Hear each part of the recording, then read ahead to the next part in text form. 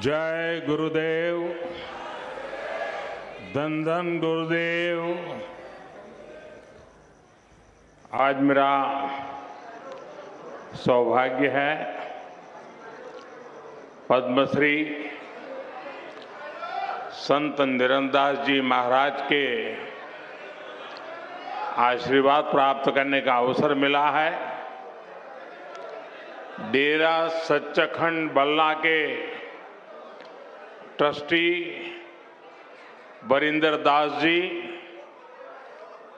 Hardev Ram ji, coordinator Avinash Chandra जी,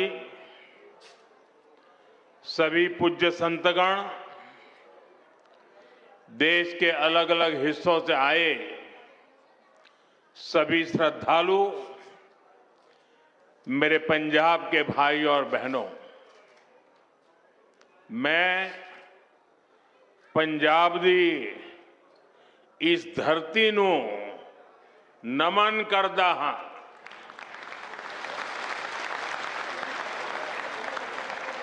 आज माघ पूर्णिमा की पवित्र तिथि है। श्री गुरु रविदास जी की 649वीं जयंती का पावन अवसर है। इस पुण्य पर्व पर मुझे आप सबके बीच आने का सौभाग्य मिला है। मैं इस पवित्र मंच से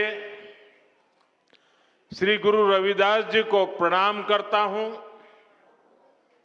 मैं आप सभी को और सभी देशवासियों को संत रविदास जयंती और माघ पूर्णिमा की शुभकामनाएं देता हूं। भाइयों बहनों, आप सभी जानते हैं मेरा रिश्ता श्री गुरु रविदास जी की जन्मभूमि काशी से है। काशी के लोगों ने मुझे आशीर्वाद दिए और सांसद के रूप में काशी की सेवा करने का भी सौभाग्य मिला। काशी का सिर गोवर्धनपुर करोड़ों अनुयायियों के लिए तीर्थ भूमि है। काशी के वो घाट जहां संत रविदास जी की शिक्षाएं प्रकट हुई थी, वहां मां गंगा की वो धारा है जिसको साक्षी करके गुरु रविदास जी ने कहा था, मन चंगा तो कठौती में गंगा। हम सभी इनसे बहुत प्रेरणा पाते हैं और मैं जब भी सिर गोवर्धनपुर जाता हूं, बड़ी संख्या में मुझे मेरे पंजाब के भाई बहनों से मिलने का भी सौभाग्य मिलता है। अब इस बार मैं संत रविदास जी की प्रेरणा भूमि पंजाब की वीर भूमि में आया हूं। मैं मानता हूं ये श्री गुरु रविदास जी की ही इच्छा है और मेरा बहुत सौभाग्य है। मैं इस आयोजन में मुझे निमंत्रित करने के लिए डेरा सचखंड बल्ला का आभार व्यक्त करता हूं, प्रणाम करते हुए अभिनंदन करता हूं। संत श्री पिपलदास जी, संत श्री सरवनदास जी और इस परंपरा के ऐसे सभी संत जिनके प्रयासों से श्री गुरु रविदास जी के विचार जन जन तक पहुंचे हैं। मैं उन सभी संतों को भी श्रद्धापूर्वक प्रणाम करता हूं। साथियों, समाज सेवा के क्षेत्र में डेरा सचखंड बल्ला के कार्य बहुत सराहनीय रहे हैं। शिक्षा, स्वास्थ्य से जुड़े अनेक कार्य पूज्य संत श्री निरंजन दास जी महाराज के मार्गदर्शन में अविरत हो रहे हैं। उनके नेतृत्व में दुनिया के कई देशों में श्री गुरु रविदास जी के विचारों का प्रसार भी हुआ है। इस योगदान को सम्मान देने के लिए अभी हाल ही में हमारी भाजपा की केंद्र सरकार ने पूज्य संत श्री निरंजन दास जी महाराज को पद्म पुरस्कार से सम्मानित किया है। इस अवसर पर मैं उन्हें आदरपूर्वक नमन करता हूं। उनके सभी अनुयायियों को इस सम्मान के लिए बधाई देता हूं। सभी संतजन इस पवित्र पर्व पर मैं आप सबके बीच एक व्यक्तिगत कृतज्ञता भी व्यक्त करना चाहता हूं। अभी कुछ ही महीने पहले पूज्य संत निरंजन दास जी महाराज और संतों के स्नेह से मेरे जन्मदिन पर डेरा सचखंड बल्ला में अरदास हुई थी। मेरे लिए ये सामान्य बात नहीं है, मेरे जीवन में बहुत विशेष बात है। संत रविदास जी ने हमें सेवा का जो मार्ग दिखाया है, उस प्रेरणा को इससे और ऊर्जा मिली है। मैं इस स्नेह के लिए आप सभी का हृदय से बहुत बहुत धन्यवाद करता हूं। साथियों, आज मुझे एक और बात की भी खुशी है। अब से थोड़ी देर पहले ही संत रविदास जी के नाम पर आदमपुर एयरपोर्ट का नया नामकरण हुआ है।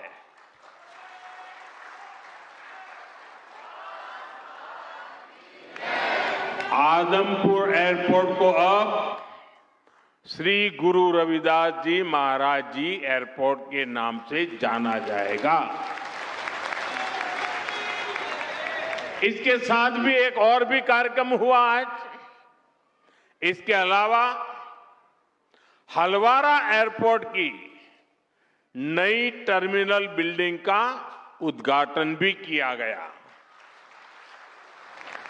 मैं पंजाब समेत पूरे देश के लोगों को इन कार्यों की बहुत बहुत बधाई देता हूं। साथियों, श्री गुरु रविदास जी ने समाज में बराबरी और समान अवसर की बात की थी। इसी भावना से अयोध्या के एयरपोर्ट का नाम महर्षि वाल्मीकि इंटरनेशनल एयरपोर्ट रखा गया। अब आज का ये आयोजन उसी भावना को आधुनिक रूप दे रहा है। साथियों, श्री गुरु रविदास जी के जन्म को 600 साल से ज्यादा हो चुके हैं, यानी 6 सदियां बीत गई। आप देखिए, उस दौर में भारत ने कितने विदेशी आक्रमण झेले, कितनी हिंसा और अस्थिरता झेली। एक और बाहरी हमले तो दूसरी ओर भीतरी चुनौतियां। और ऐसे कठिन समय में काशी में रविदास जी जैसे संत का जन्म हुआ था। उन्होंने समाज को झकझोरा। उन्होंने हमें सिखाया, एकई माटी के सब भांडे, सभा का एको सिरजनहार। रविदास व्यापे अकई गट भीतर, सबको एकई घड़े कुम्हार। अर्थात हम सब एक ही मिट्टी से बने हैं और हमें बनाने वाला एक ही कुम्हार है। साथियों, श्री गुरु रविदास जी की ऐसी शिक्षाओं से समाज में एक नई चेतना जगी। भारत के समाज ने अपनी कमजोरियों को पहचानना भी शुरू किया और उन्हें दूर भी किया। यहां पंजाब में भी लाखों लोगों ने संत रविदास के दिखाए मार्ग पर चलकर उनके आदर्शों और उपदेशों को आत्मसात किया। साथियों, श्री गुरु रविदास जी ने भारत के लिए भविष्य की एक संकल्पना भी पेश की थी। उनकी उस संकल्पना का नाम था बेगमपुरा। उन्होंने कहा था, बेगमपुरा शहर की नाऊ, दुख अंदो नाही तिही ठाऊ, ना तस्वीस खिराजू, न मालू खौफू न खाता न तरसू जवालू। वैसे तो संत रविदास जी के इस शब्द के गहरे आध्यात्मिक अर्थ है, लेकिन इसमें एक शहर की या एक समाज की रूपरेखा भी है। एक ऐसी व्यवस्था जहां कोई दुखी ना हो, कोई वंचित ना हो। मुझे संतोष है कि आजादी के इतने दशक बाद देश अब मिशन मोड में पूज्य रविदास जी की संकल्पना को साकार करने के लिए काम कर रहा है। इसी मिशन का नाम है विकसित भारत का लक्ष्य। विकसित भारत यानी ऐसा भारत जहां कोई गरीबी में रहने को मजबूर ना हो। एक ऐसा भारत जहां सबके लिए सम्मान हो, सबके लिए संभावनाएं हो।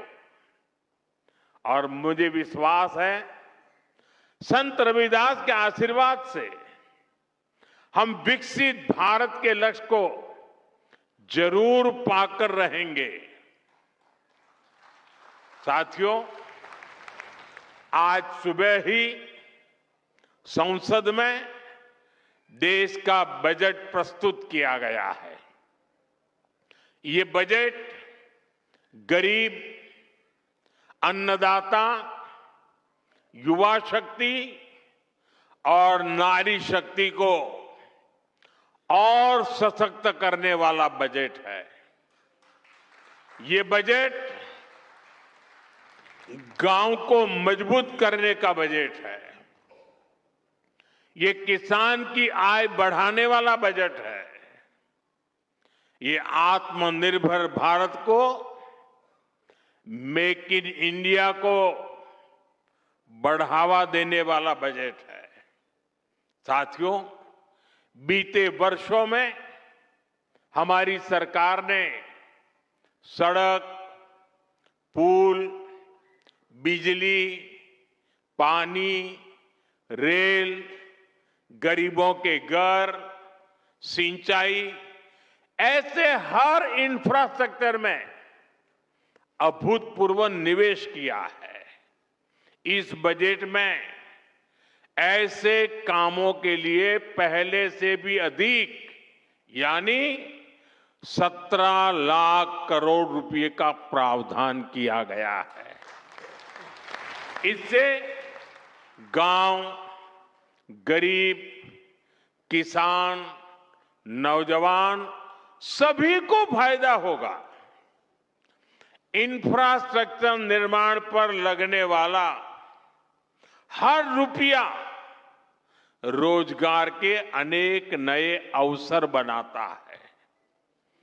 गांव में गरीब का घर बनता है तो मिस्त्री हो, गाड़ी वाले हो, स्थानीय दुकानदार हो, सबको फायदा होता है।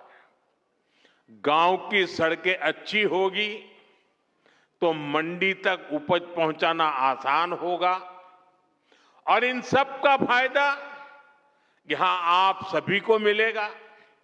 साथियों, बीते सालों में हमारी सरकार ने गरीबों और मध्यम वर्ग को सस्ता और अच्छा इलाज देने में बहुत ध्यान दिया है।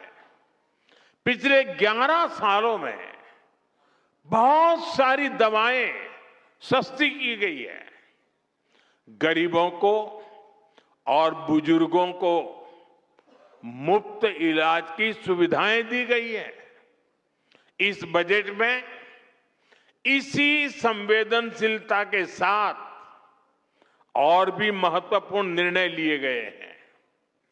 कैंसर के इलाज को और सस्ता करने के लिए अनेक कैंसर दवाओं को और सस्ता किया गया है।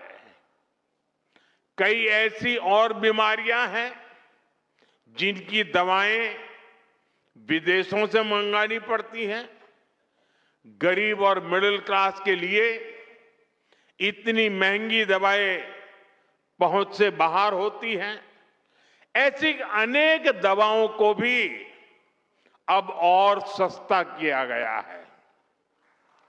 साथियों, इस बजट का बहुत अधिक फोकस जालंधर, लुधियाना, होशियारपुर जैसे देश के अनेक शहरों को विकास का बड़ा केंद्र बनाने पर है। ऐसे शहरों के विकास के लिए बहुत बड़े प्रावधान किए गए हैं।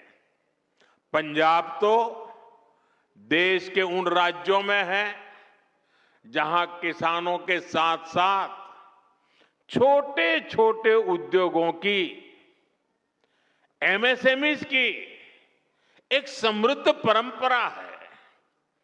देश के एमएसएमईज को बीते वर्षों में लाखों करोड़ की मदद दी गई है। इस बजट में भी एमएसएमईज के लिए हजारों करोड़ रुपए के फंड की व्यवस्था की गई है। बीते वर्षों में भारत का एक्सपोर्ट बहुत अधिक बढ़ा है।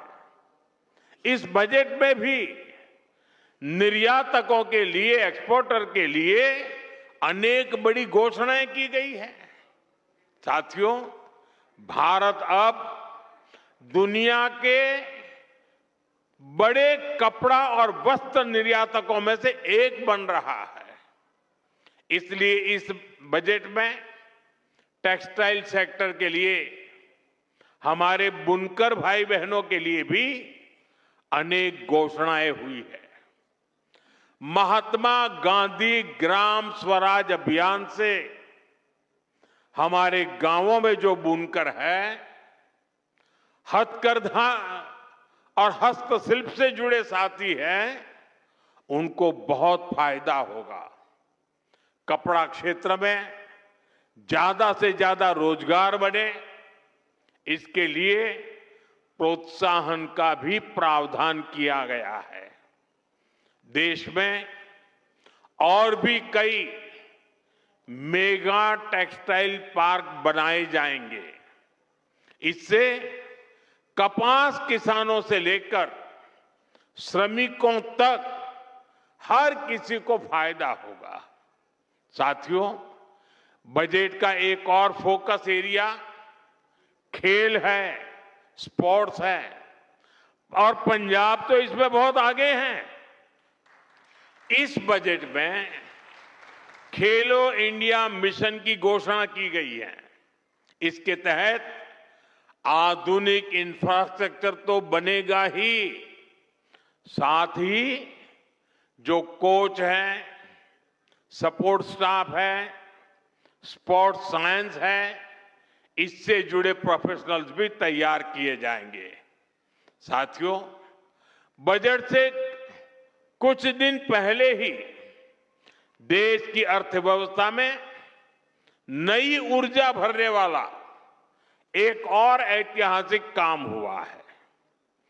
भारत और यूरोपियन यूनियन के बीच ट्रेड डील पर सहमति बनी है और सारी दुनिया कह रही है मदर ऑफ ऑल डील। आज पूरी दुनिया में हर तरफ इसकी बड़ी चर्चा है। इस ट्रेड डील के बाद यूरोप के 27 देशों के साथ हमारा व्यापार खूब फलेगा फूलेगा। अब हमें वहां सामान भेजने के लिए टैक्स ना के बराबर देना पड़ेगा। हमारे पंजाब की पहचान तो यहां के मेहनती लोगों से है, यहां के किसानों से है। पंजाब को स्किल्ड युवाओं के लिए जाना जाता है।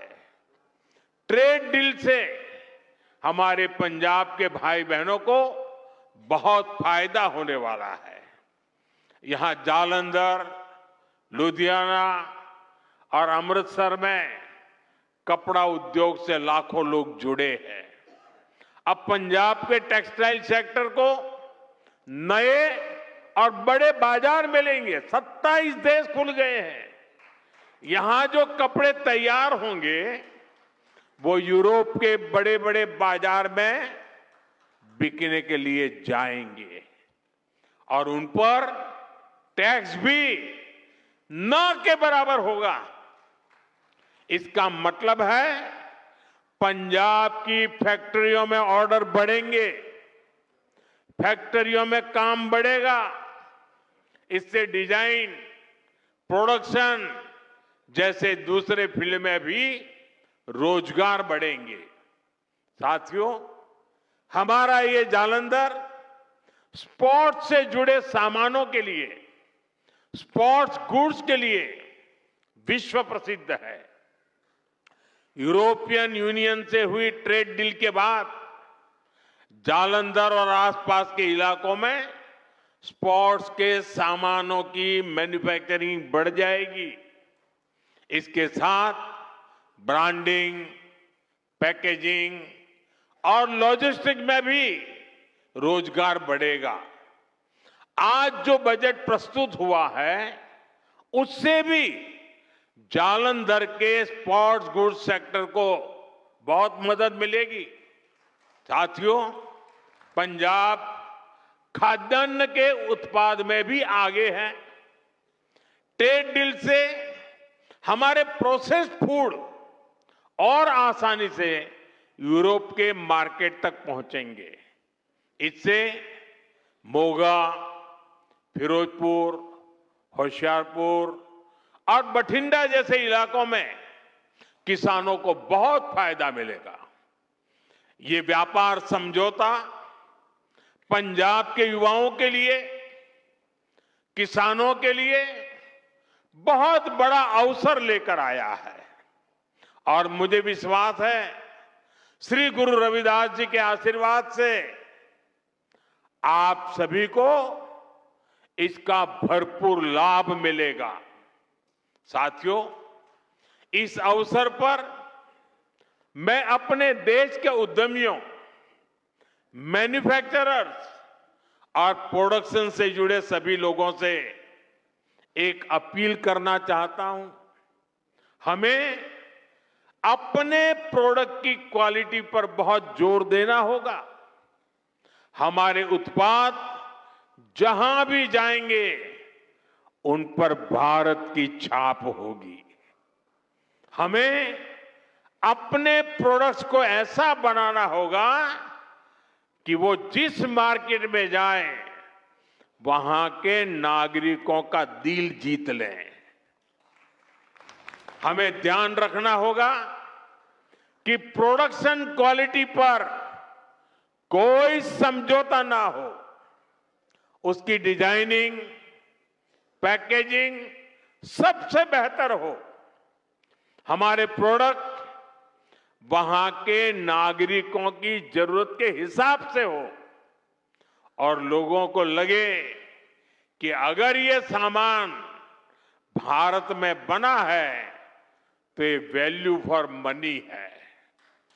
आज ग्लोबल मार्केट में कंपटीशन बहुत ज्यादा है। अगर हम क्वालिटी प्रोडक्ट नहीं बनाएंगे तो हमारी जगह कोई और ले लेगा, फिर ये अवसर हमारे हाथ से निकल जाएगा। हमें ये अवसर नहीं जाने देना है। एक समय था जब भारतीय प्रोडक्ट्स अपनी क्वालिटी की वजह से जाने जाते थे, लेकिन गुलामी के लंबे कालखंड में इस पहचान को मिटाने का प्रयास हुआ। हमें भारत की उसी पहचान को फिर से स्थापित करना है। हमें पूरी ताकत लगानी है कि हम अपने प्रोडक्ट की क्वालिटी ज्यादा से ज्यादा बढ़ाएं ताकि हम उस मार्केट के रूप में स्थायी जगह बना सके, लोगों का दिल जीत सके। क्वालिटी ही भारत में बने प्रोडक्ट की सबसे बड़ी ब्रांडिंग होगी। तभी हम वहां के मार्केट में मजबूत पकड़ बना पाएंगे। साथियों, श्री गुरु रविदास जी ने हमें उपदेश किया है, श्रम कऊ ईसर जानी कई, जऊ पूजही दिन रैन। रविदास तिहि ही संसार मह सदा मिलही सुख चैन। अर्थात जो श्रम को ईश्वर मानकर उसकी पूजा करता है वो हमेशा सुखी रहता है। इसलिए आज देश श्रम की पूजा कर रहा है। आज खेतों में पसीना बहाने वाले किसान के लिए किसान सम्मान निधि मिल रही है। यहां पंजाब के किसानों को भी पीएम किसान सम्मान निधि के 6,000 करोड़ रुपए से अधिक मिले हैं। आज श्रमिक वर्ग को नए कानून बनाकर उसके अधिकार दिलाए जा रहे हैं। हमारी सरकार गुरु रविदास जी के विचारों को निरंतर आगे बढ़ा रही है। जैसे अब संत रविदास जयंती का राष्ट्रीय स्तर पर आयोजन होने लगा है। कई राज्यों ने इसे आधिकारिक मान्यता दी है। उनकी स्मृति से जुड़े स्थलों पर फोकस किया गया है। पिछले कुछ वर्षों में काशी के शीर गोवर्धनपुर में हुए प्रयास इसी दिशा में ठोस कदम है। मध्य प्रदेश के सागर में श्री गुरु रविदास जी का मंदिर और संग्रहालय बन रहा है और मुझे ही उसका शिलान्यास करने का सौभाग्य मिला था। मुझे भरोसा है इन प्रयासों के जरिए हम अपने समाज की नींव को लगातार मजबूत करते रहेंगे। इसी विश्वास के साथ मैं एक बार फिर आप सभी को श्री गुरु रविदास जी की जन्म जयंती की शुभकामनाएं देता हूं। सभी पूज्य संतों को प्रणाम करता हूं। जो बोले सो निर्भय, जो बोले सो निर्भय, जो बोले सो निर्भय। श्री गुरु रविदास जी महाराज की जय। श्री गुरु रविदास जी महाराज की, श्री गुरु रविदास महाराज की बहुत बहुत